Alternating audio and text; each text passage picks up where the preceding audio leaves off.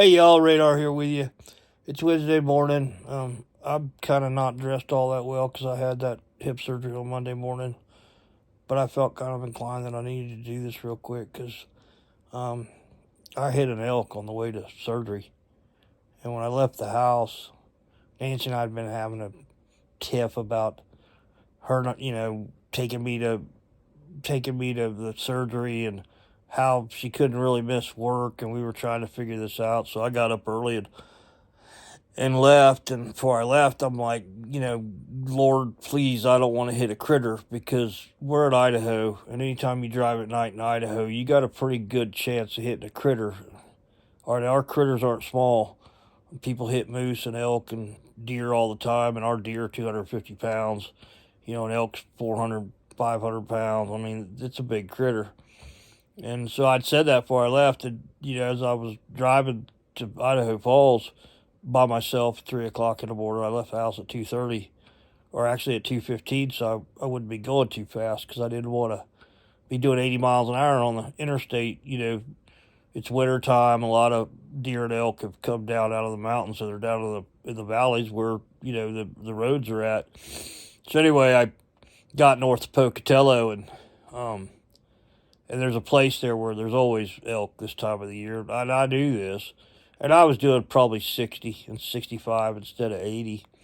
But in the left-hand lane, I was in the northbound lane, right about mile mark 85 in the middle of the Indian reservation there, and I saw a vehicle to the left of me who had swerved, and he wasn't like far ahead of me. It was almost a beam to me, so I knew something was going on.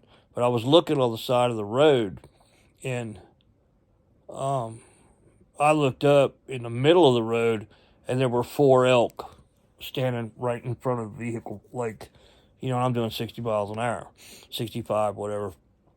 And I had probably 70 yards when I saw them, and there were four of them. And it should have been a really bad wreck. Like, I didn't even deploy the airbags. And I got stopped because some people would say that's because, well, I was law enforcement, as you know, and did tactical pursuit driving, and you spend a lot of time learning how to wreck, and then you spend part of the time after you learn how to wreck, you learn how to chase people. And a lot of people would say, oh, well, that's because of your training. And I'm telling you, God, Jesus, um, I should be hurt bad, if not dead. But it's like Carrie Underwood sang that song, Jesus, take the wheel. That's kind of what happened because I bailed to the right because I figured, well, if I'm going to take out, I'm not taking out all four of them because I'd had something through the windshield on top of me. And took a hard right and slammed on the brakes. And the other thing is, I almost took our older Jeep. And if I'd have taken the 2005 Jeep Grand Cherokee instead of Nancy's new one, it would have been a bad wreck because I wouldn't have gotten stopped. So I actually killed an elk with a 2022 Jeep Grand Cherokee and basically killed it with the grill because the damage to the vehicle is the front clip has a little bit of a split in it. The grill's taken out, but I didn't run that elk over because I would have bounced. Like, I would have known that I ran her over. And a matter of fact, when I got stopped, I called 911 because I'm on my way to surgery. I got to be there at 4:30. It's 3:34 when I hit that thing, 3:34 a.m. And I called 911 and asked for the non-emergency dispatch number for Idaho State Police, and they switched me over to her.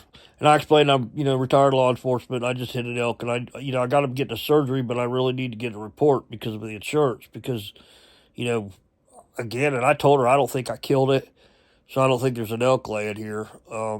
Because, like I say, the airbags didn't deploy, and I just about got stopped. Like, if I'd have had probably 6 more feet, I don't think I'd have hit her. But again, that wasn't me.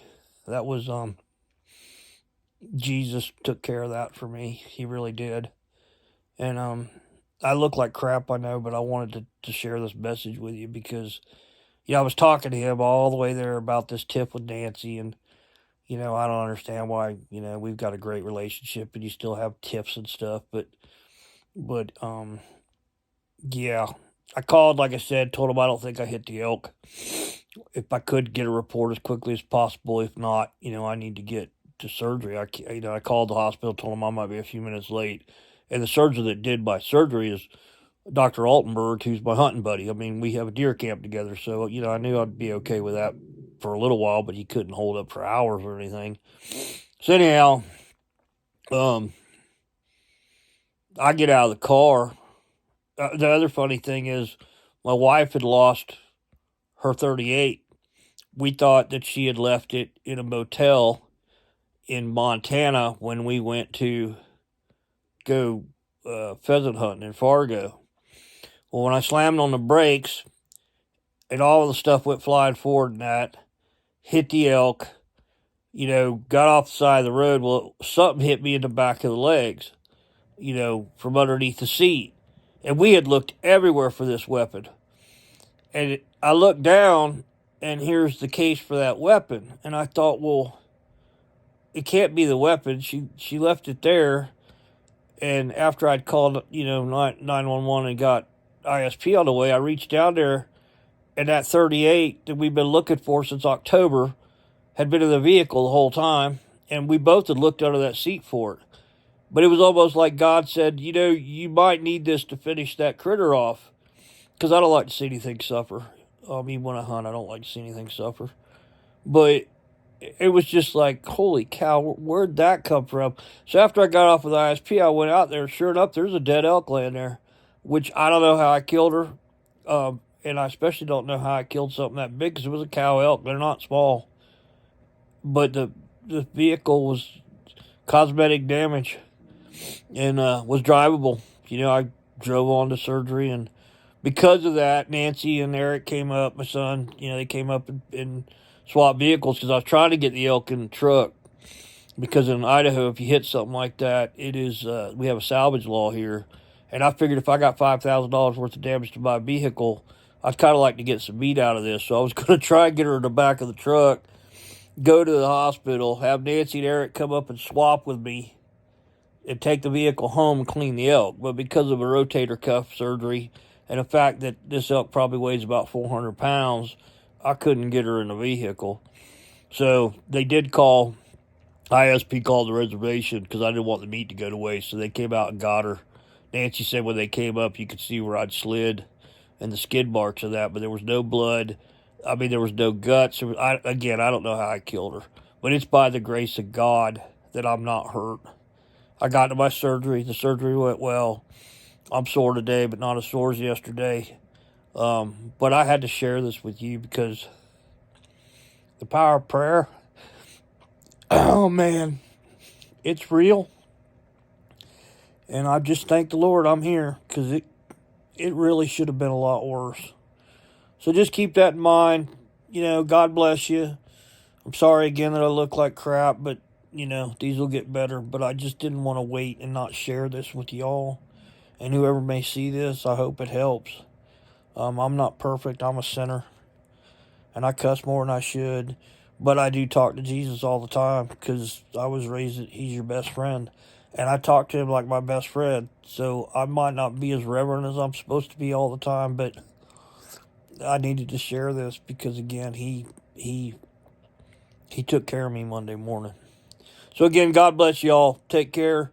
I got more puppy pictures coming, because we go get Piper at the end of the month. So like and subscribe, and y'all have a good day. God bless, and just amen. Amen.